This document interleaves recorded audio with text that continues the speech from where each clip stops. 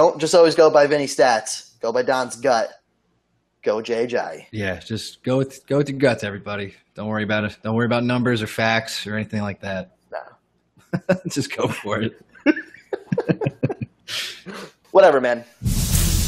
You're listening to Let's Talk Fantasy Football, where men of fantasy genius have realized, hey guys, we don't need real football skills to dominate on the fantasy field. Yeah. So slap on your pads and grab your helmet. Shit's about to get real. All right, ladies and gentlemen, welcome back to not just another edition of Let's Talk Fantasy Football, but just as importantly, another edition of the fucking Voncast. Yeah. What that entails, I'm sure you already know. Who we have here today is, of course, the fan favorite, Vinny Gonzalez. Vinny, how are you? What's going on, Don? It's been a while. How are you? Good, man. It's been a while, and to be honest, with that while, Shrek's internet is still not up. That's crazy, dude. That was like last week. Insane, man. It's crazy. Shrek, get your internet. Come on, man. With the internet, let's go to our shout out to ViewPick, the revolutionary app that allows you to play fantasy football live while watching the game on TV. It lets you predict the plays, the result of the play, and literally play fantasy football. You can sign up for the beta now by going to letstalkfantasyfootball.com/viewpick. What we're going to go over today is, if you listened to our last podcast, is we went over the first part of the AFC East. We went over last week the Jets and Patriots, and now we are going to be going over the Dolphins and the Bills. With that being said, you get the Dolphins and the Bills with a live 12-team PPR ranking. And don't forget to follow us either on your Android or iOS app at letstalkfantasyfootball.com/Apple or letstalkfantasyfootball.com/Android. Let's start off with the Buffalo Bills, Vin. Let's go. We've got a lot of players that either have question marks or we're looking forward to. We got some high ratings for LaShawn McCoy, questions on Sammy Watkins, and of course, one of LTFF's favorites, Ty fucking God Taylor. Yes. Who do you want to hit first, man? Let's just go in order. I tried to not play favorites. I put Ty God second. So okay. we could tackle the first guy who's actually going the highest in drafts Cool. for the Bills. So that's LaShawn McCoy. I think the last real running back you can build your team around in fantasy. He is the last standing man. I know you're probably going to say Jay Ajayi. We'll talk about him later. We'll touch him later, but I'll put my flag down and say LaShawn McCoy is the last one where you're like, yes, I have a number one running back. I'm set. And that being said, he is going in a spot where you might have to pass on an elite wide receiver. So I think where he's going is maybe the most interesting in the first round for sure. Yeah, I remember asking you specifically the other week on who would be the guy that could break up the three running backs and the three receivers to go first, with the running backs being David Johnson, Lev Bell, Ezekiel Elliott, and then the receivers of Antonio Brown, Julio Jones, Odell, and we brought up LaShawn McCoy could be the guy that could break that up there. Yeah. He seems to, for the most part, be that seventh pick in the first round, but with the value, he could be that running back that could go before one of them if you're really high value. I agree in a sense. I don't think he's the last person that you take to feel good about first, but LaShawn McCoy is nasty, man, and he really caught a good rhythm over in Buffalo. Yeah, for sure, man. They fed him the ball. He could have had a huge, possibly RB1 year if he got all those Gillislee touchdowns. Fuck, yeah, all screwed up. But yeah, he got vultured really hard, and they took out Gillislee. The only guy I'm worried about stealing touchdowns is Mike Tolbert, but he's playing fullback on their depth chart. I don't even know. He might just be there for whatever they got to fill out, but it just seems like McCoy's always getting fucked with the vultures. And other than that, he is for sure a number one running back in the league. Yeah, I mean, if you're going to compare it to Mike Tolbert or Gillislee, I mean, that's a major drop. Mike Tolbert may be on the goal line, but LaShawn McCoy's that's always that what guy I'm that's still always out there. So I'm not worried about it. I think, it's just another year with Shady in here. How old is Shady? Is Shady 29? I believe so, because I think he was 28. I think he's going to be 29 when the season starts, if that makes sense. Okay. Yeah, no, he actually today is his birthday. Happy birthday, LaShawn McCoy. Which is odd. So he just turned 29. So he's obviously not too old just yet. He's probably hitting the last of his prime. This would be the season to do it. He's right before the cliff. So I think he is a safe bet pick for you to go, especially if you are the 7th pick in your draft. You can go hand in hand with him or Mike Evans, but with there being less top-tier running backs, I think Shady would be a good pick to go. Yeah, and that's a tough call, McCoy or Evans. I don't even know what I would do unless it was happening. I really don't know what I would do. Interesting. I think I lean McCoy. I mean, that's a good question. I actually don't know if I would know either. I think possibly I would – I think going to it, I would say Evans. But in the same sense – it depends on how comfortable you are. Once I'm up there – right. McCoy would probably be the one I take, but Evans is one going into it, I would think. So, But either way, I think that's someone that you're going to have a safe bet with that's going to pan out for you. Yeah. Just for context, LaShawn McCoy last year, he was a top 25 running back every single week he played, except for the 2 when he got hurt.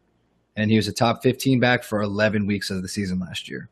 So he is the real fucking deal. Buffalo knows how to use him, and it will continue this year. Yeah, and I mean, how long are your fantasy regular seasons anyway? I mean, we're finishing off at 15, 16 weeks. Top 15 out of 11 of them. Can't really beat that. Incredible. So, absolutely. Leading that up to, why don't you go to one of your favorite guys to ever speak about? Ty fucking God Taylor. He is so disrespected. Why? Why, Don? Number 18, QB.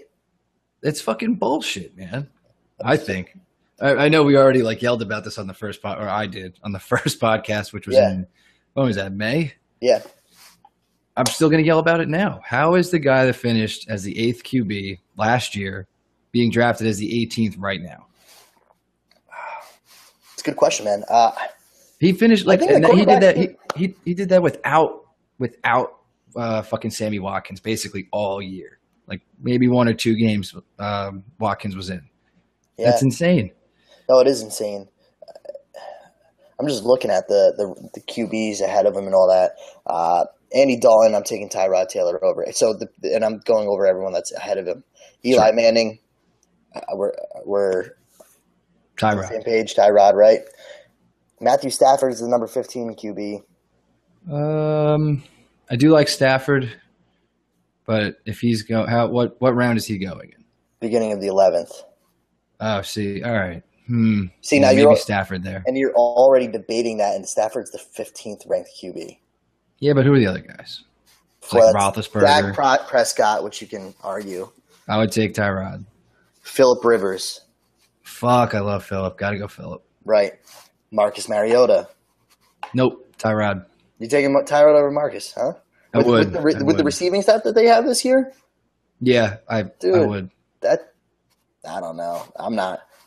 Jameis Winston. That's a tough one. I think I would go Tyrod in that one too.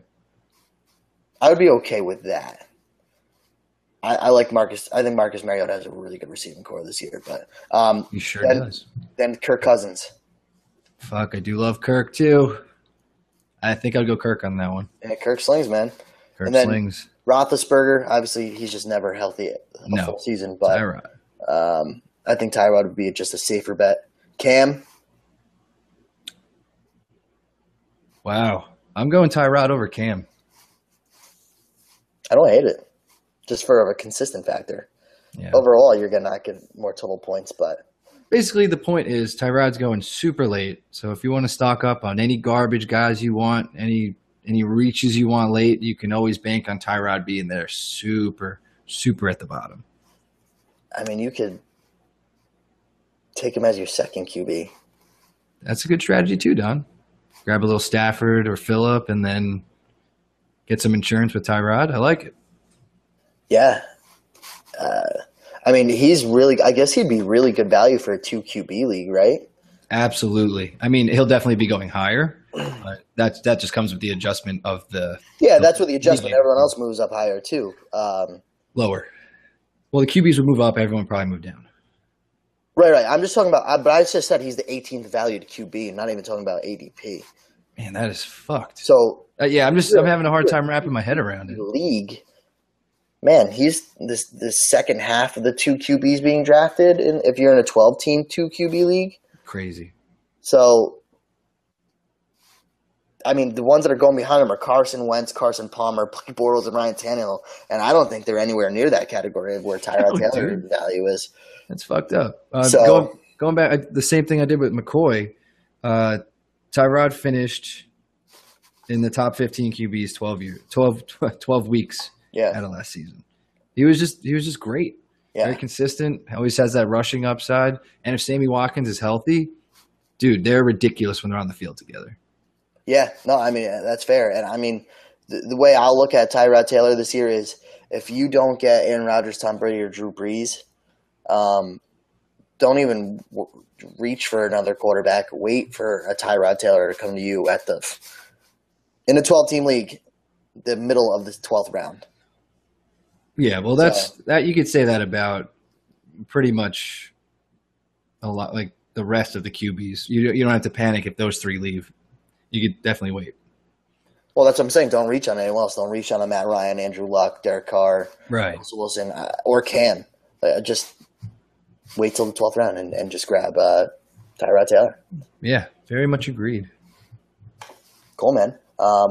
Next up, the guy that we were just talking about, Mr. Sammy Watkins. Obviously, he's a great talent and brings a lot of value even with Tyrod Taylor when he's out there. The only thing is that he's always hurt too. Which sucks because when he I know we probably say this about a lot of people, but when he is out there, he's so good. He's one of the top receivers in the league if he just has a healthy full season. So that's what you're gambling on. And lo and behold, Don, remember what we were talking about last podcast with the 4th round mess of wide receivers that you can choose from? Sammy Watkins is right there, 2nd pick, 4th round. Right. Is that too pricey for you, or would you rather – I'd definitely rather see him slide, but the more I think about it, I'm pretty comfortable with Sammy Watkins, as one can be looking at the upside and what he can bring to the Buffalo offense. Yeah. It's funny. I unfortunately, sometimes I'm not the risk taker. I like the consistent guy. Sammy Watkins in the 4th round, I would take the guys going behind him are Jarvis Landry, Devontae Adams, Tyreek Hill, Michael Crabtree, Martavis Bryant. I would probably let Sammy Watkins slide, and I'd probably take one of those guys. Out of that list, I'd consider Landry. I'm not sure what I would do. And I would definitely take Crabtree ahead of him. But that's all preference on my part. Yeah, no, I just don't think – I just think he's a guy I think he's like a Derrick Rose of the NFL, man. He's just – He'll never be healthy. Talent is pure, man. I mean, he is nasty. It's like Derrick Rose is, but dude, that guy is hurt no matter what it is. And I think Sammy Watkins is that guy, and he's just not going to get you a full season. I'd rather just skip on him and get the next guy that's – if they're not as good, they're just a hair under. I'll take Juice all day. I'll take Jarvis. Or I'll take Devontae too. Yeah, and just the way we're talking about it, like where Sammy is landing, that could be a spot where people are trying it out, and that's why the ADP is reflective that way. So we could see Sammy Watkins slide a ton in drafts. He could even possibly slip an entire round. Right. So keep your eye out for Sammy Watkins. Don't just throw him in the trash. He has a lot to bring if he is healthy. So if he starts sliding, start considering it. But I understand why you wouldn't do it, and I understand why you would. Yeah, I mean, it's a shame. Sammy Watkins is a guy that if he was healthy and didn't have these health issues, he's a no question top 5. Yes. But definitely top 10, if not top 5 receiver all the way. Yeah. We have lofty expectations as long as he's healthy. So, for me, it's not worth the risk. I will own most likely 0 of Sammy Watkins, unless he's like falling to me in like the 6th round. Yeah, you're probably better for it, Don, but I'm starting to get a little cute, and I'm interested. I'm so not cute, man. Don't say that, dude. So not cute. Oh, God. Shrek's gonna hate this podcast. Shrek's gonna really like reconsider like having like backup internet after having 2 Bondcasts. Yeah, it's true. It's not good. Can't disconnect like that. I have a PBR in hand. You're all welcome. Moving on here. Another piece of the offense that is, I believe he has no ADP, which I thought was interesting. I guess Charles Clay.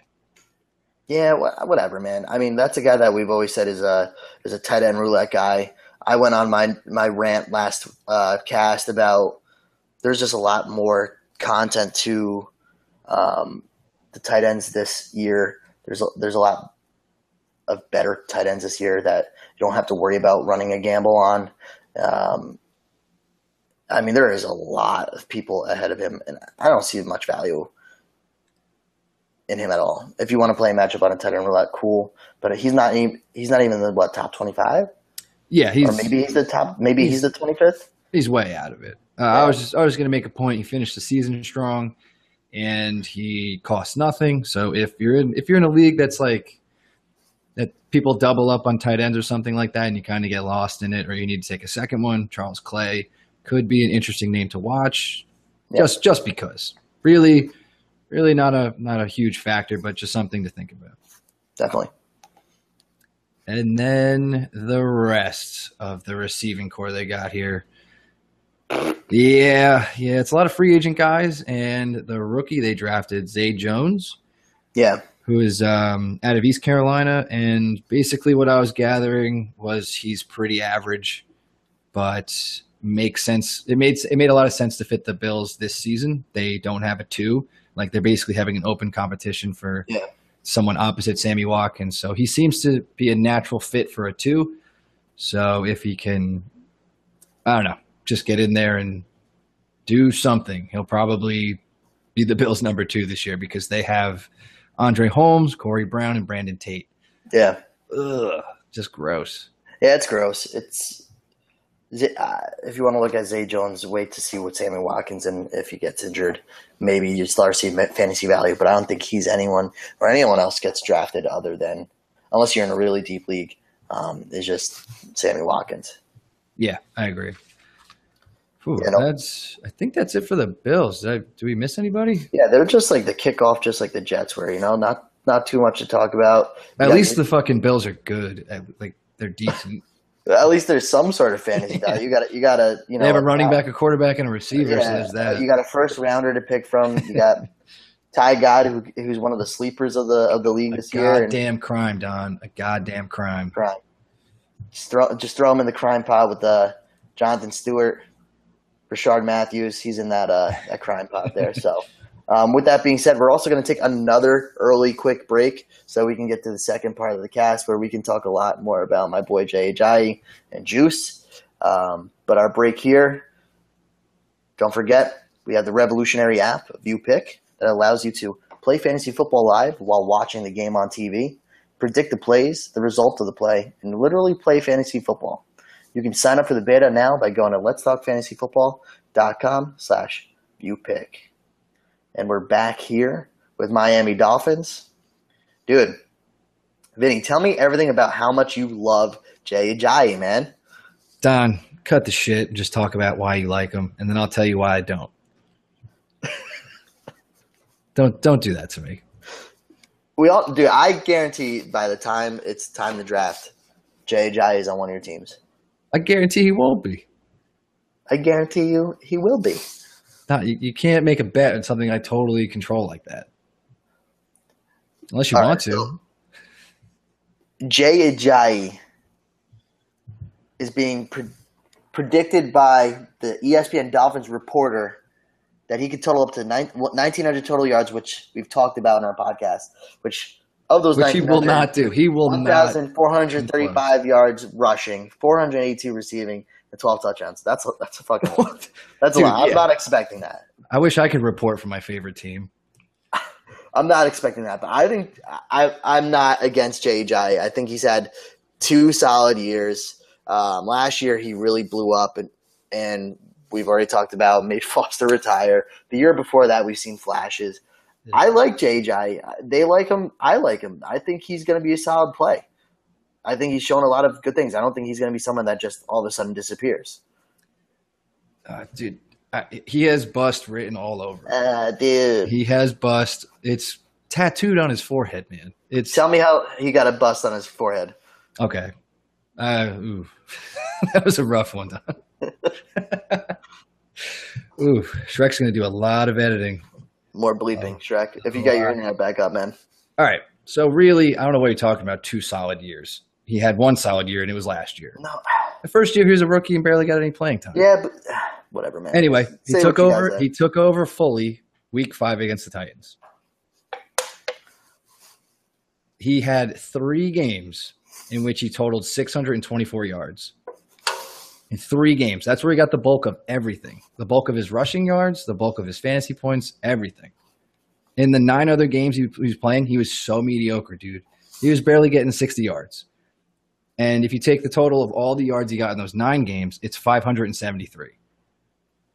If you take out those 3 outlier games, which are massive games, and he earned them, don't get me wrong, but if you take those out and you kind of even take it down to like give up like 80 for those, it's still just an average season.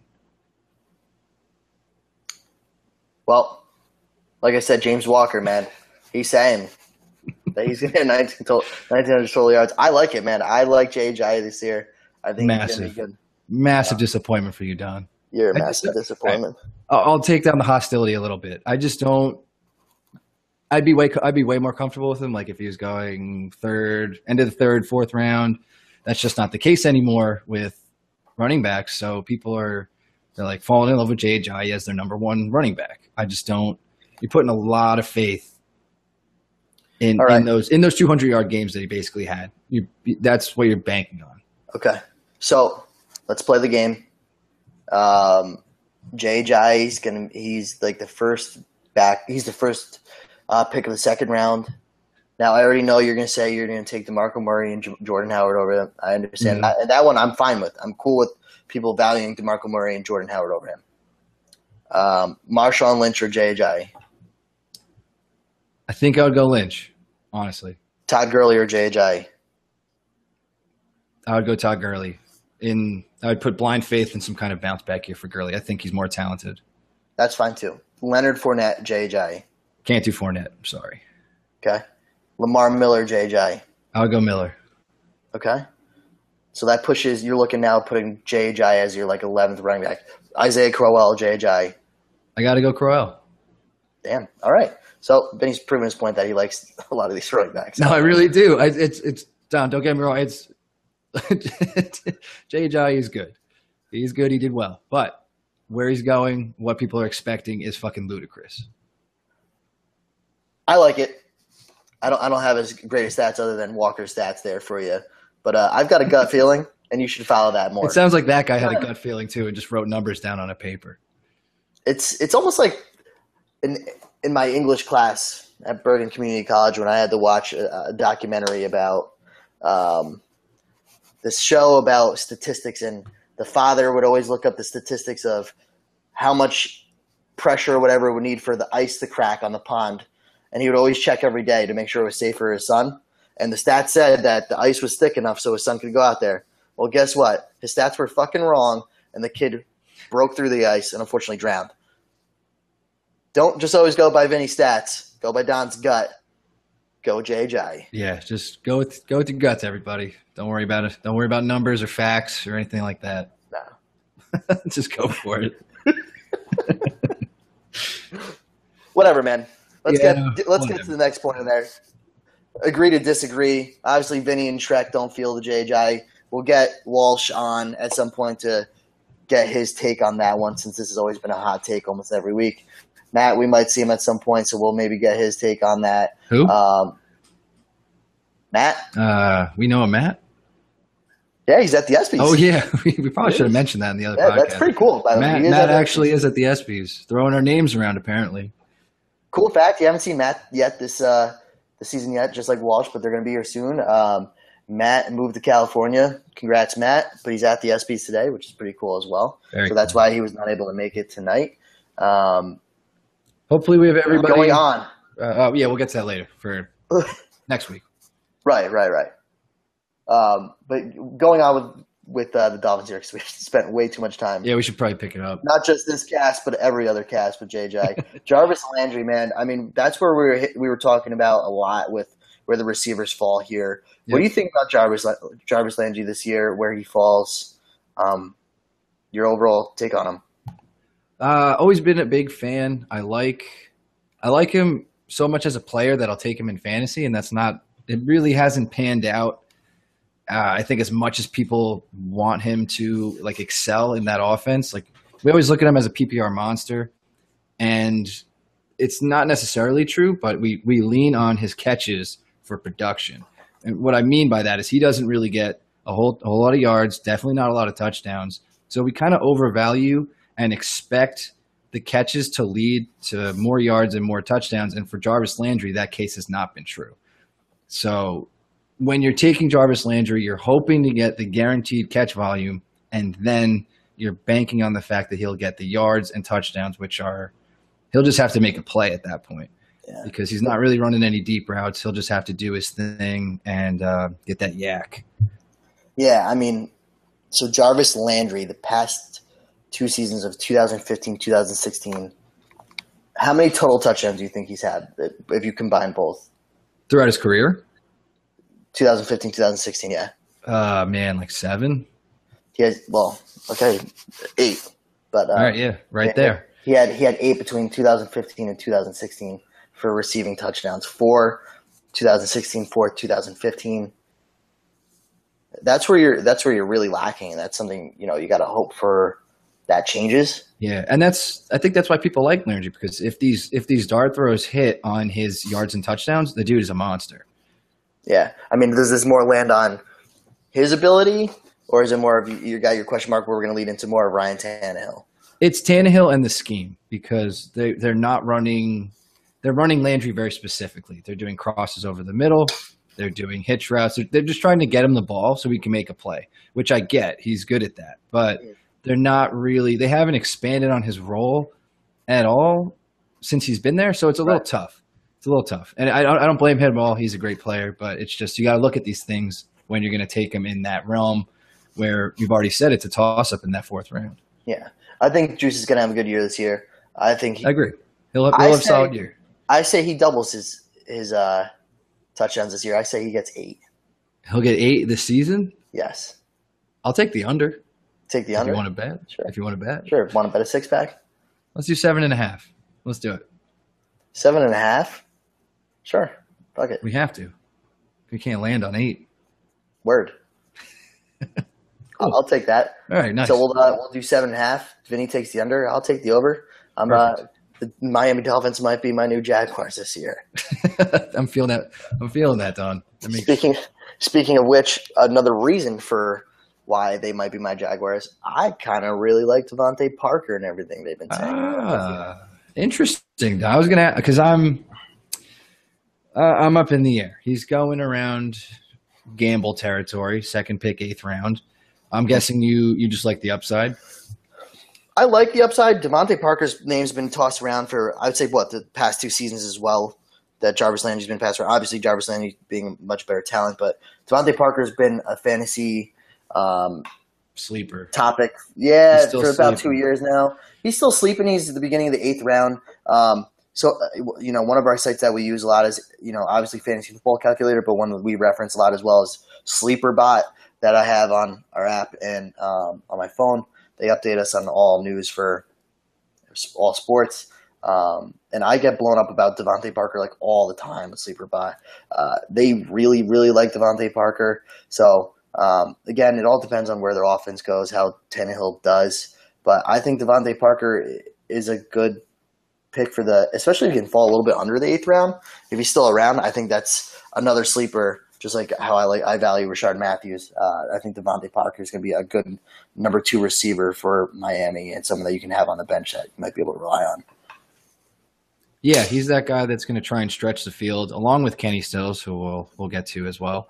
But he's one of those big playmakers. So you're plugging him in to try and get that like 40 to 60-yard bomb for a touchdown. Yeah.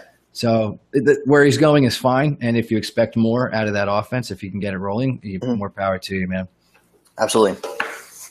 Cool, man. Why don't you just lead right into Kenny Stills? Yeah, go for it. So am I talking to myself? Sorry.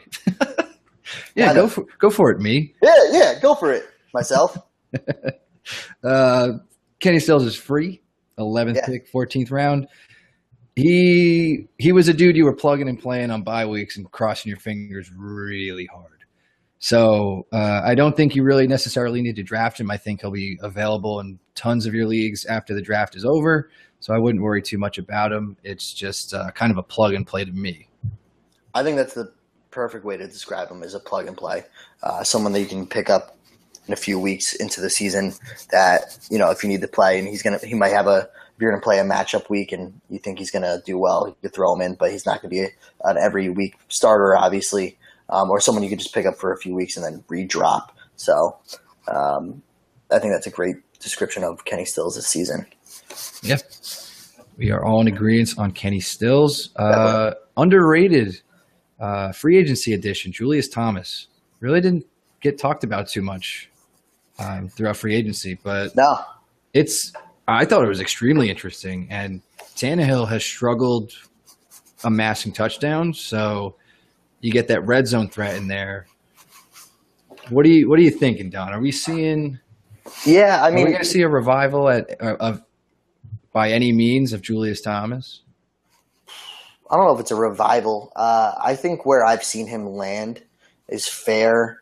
I've gone where when I was mocking and I've left tight ends open, where all the guys have kind of gone like all the way up to like Hunter Henry and all that. And then it's you kind of choose if you want Zach Ertz, Jack Doyle, Eric Ebron, OJ Howard, or Julius Thomas. Of those guys, I'd probably take the upside of Julius Thomas over the Zach Ertz, Jack Doyle, Ebron, and OJ Howard. I think he's like kind of like my 10th or 11th guy off, and if I have to deal with him as like my tight end, I'm the last person. Like that's the last starting tight end available. I'm cool with Julius Thomas. I'll leave the draft thinking, not having huge expectations, but not also in the same sense worrying about, oh my God, I'm going to have to play tight end roulette every week. Yeah, I'm actually very much on the same page. I think if you're walking away from the draft and you completely waited on tight end, he could be your last pick. I would even go defensive kicker possibly before him. He's right now. Yeah, right now his ADP is so low you can't even like he'll probably go undrafted in most leagues because I'm sure a lot of other people will go before him. I mean, if you don't want to reach on a tight end, or you want to keep going value on the receivers, running backs, whatever it may be, dude, just let JT slide. Or if you've already seen that all of your valued tight ends are gone, just let JT slide and pick him up at the end, because that's where I've fell on him a few times in my mocks already, and I'm cool with it. So he's there. Yeah, I completely agree, dude. Go Jags, man. That's why he left the Jags, and now he's in Miami. Now Miami's my team to watch this year and pull for, which is actually also bad news because when I pulled for the Jags last year, they all fucking sucked. So maybe don't draft Jay Ajayi or any of these guys. You're cursing the Dolphins early. Go with the gut, man. Poor guys. But rolling through, man, we'll leave it up to Ryan Tannehill, man. Is he worth even drafting? No. Is he worth talking about? No. I mean, he's that guy. He'll get drafted before Josh McCown, so he's the play him against the Jets. There you go. Cool. What is his?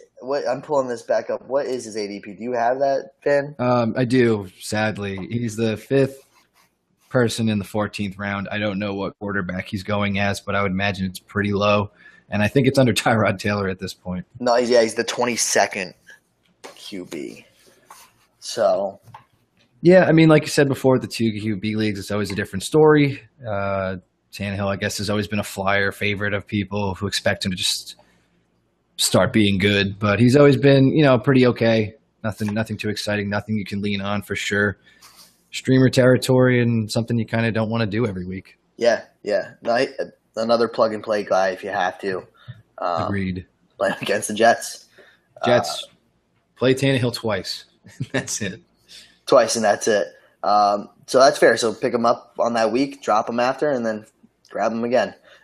With that being said, before we close out, we actually do have some reader questions. Thankfully, although Shrek's internet's down, not his phone. So he actually sent these in so that we could put it up there.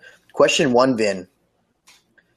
Would you trade Olsen for Jordan Reed in a PPR keeper? Yes. Yes, I would. Why? I think it's obvious why I would, because Jordan Reed is young, although unhealthy, or hasn't been able – I shouldn't say that. It sounds like he's sick or something. But he hasn't been able to stay on the field. So, but George Olsen Holy shit. It's time to wrap this up. Greg Olsen, he's getting up there in age, so I would definitely do that trade. Nice. Actually, pretty funny. So, one, I agree with you. Yes. Yes. Higher value, younger. So definitely do it. Funny thing is, actually, with Greg Olsen, we're from New Jersey, and close to where Greg Olsen grew up, Wayne Hills, they're actually doing right now a voting of the top 4 best sports players ever to go through Wayne Hills. And Wayne Hills actually produced like a bunch of like professional athletes. It's kind of crazy. But Greg Olsen's up. Yeah, Greg Olsen's up for the voting. I actually did a vote today because our friends reached out to us about it. So won't tell you my vote, but Greg Olsen's in the running for it, obviously. But it was in 4th place out of all of them, which is kind of crazy. You would think that doesn't seem right. Yeah, it's pretty wild. So anyway, we'll get to the next one. Oh, our boy Ed threw one in here. Ed, thank you, Ed. In a half-point PPR, would you rather have Landry at his ADP or Parker at his ADP? I'm going Landry for sure there, just because we were talking about how you can count on the PPR production there, and Devontae Parker, not so much. I agree, because you do have half-point PPR. I would go with Landry. So we've talked about that realm of receivers a lot past few casts. So Landry, but we don't hate Parker. The second part of Ed's question is, even though this probably should have went in our last cast, do you trust Mike Gillislee to take over LeGarrette Blount's role, which we talked a lot about? Vinny actually killed Mike Gillislee. I fucked him. Again, sorry, Shrek. Vin, why don't you take that away for Ed real quick? Yeah, I think I literally said I don't trust him to do that without even seeing this question. I think I said word for word he's not going to take Blount's role. Mm-hmm. I have no evidence of this. It's just like I don't trust Belichick. You're going with the gut. Yeah, fuck stats, right, Don? Yeah, fuck stats. So, yeah, we hit this a lot last cast, obviously.